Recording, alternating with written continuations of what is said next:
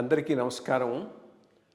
IYR talks మొదలుపెట్టి ఎఫెక్టివ్గా postings మొదలుపెట్టి ఒక సంవత్సర కాలం అయింది. ఈ సంవత్సర కాలంలో సబ్స్క్రైబర్స్ బేసు 3,000 నుంచి 33,000 దాకా పెరిగింది. ఐవైఆర్ టాక్స్ను ఆదరిస్తున్న మీ అందరికీ నా ధన్యవాదాలు.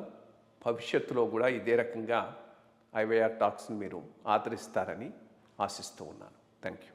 అది ఆ ఇన్సిడెంట్ జరగకముందు I was like any normal child. ఆ ఇన్సిడెంట్ జరిగిన తర్వాత నేనేం తప్పు చేశాను? వాళ్ళ కజిన్ బ్రదర్కి హెల్ప్ చేయడానికి బయటికి వెళ్ళి వచ్చేటప్పటికి లేట్ అయింది. ఎందుకు లేట్ అయిందిరా అని ఒక్క మాట అడగకుండా గొడ్డును బాదినట్టు బాధేశాడు. So I was very young but normal child, very normal child at that. Flute వాయిస్తుండేవాడిని, పొలాలు తిరుగుతుండేవాడిని. ఎందుకు నన్ను కొట్టాడు? నా తప్పు లేకుండా కొట్టాడు.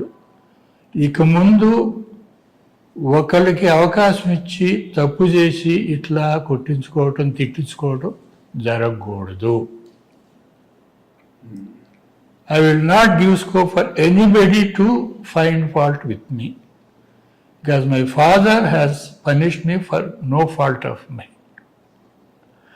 That made me, how do I show my protest?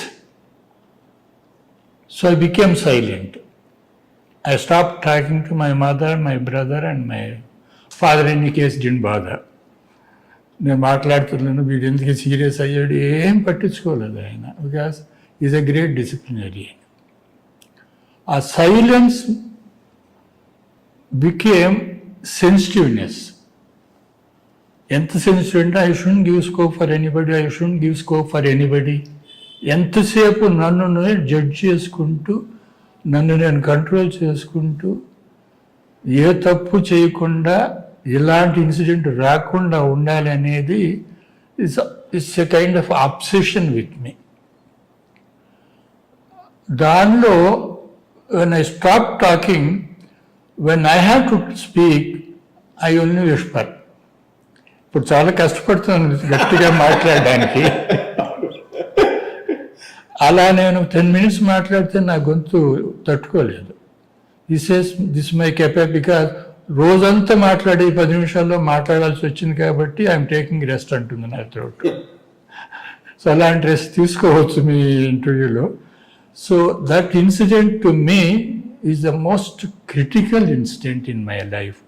అది లేకపోతే maybe I could have been a good student at the most, but not this kind of disciplined and patient అనేది జరిగి ఉండిపోవచ్చు. So all this thanks to my father.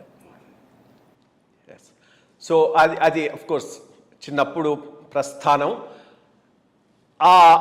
ఆ దాంతో determination కూడా వచ్చి ఉండొచ్చు. ఆ డెటర్మినేషన్తో మీరు పోవటము, మచిలీపట్నంలో చదవటము, అక్కడి నుంచి అలహాబాద్ అర్జున్ రావు గారు కూడా మెన్షన్ చేస్తున్నారు. ఆయన కూడా అక్కడికి సెంటర్కు పోయి హీ టుక్ కోచింగ్ అని. మీతో పాటు అబ్రహాం గారు కూడా ఉన్నారని చెప్పారు. సో అక్కడి నుంచి you made it to the IAS.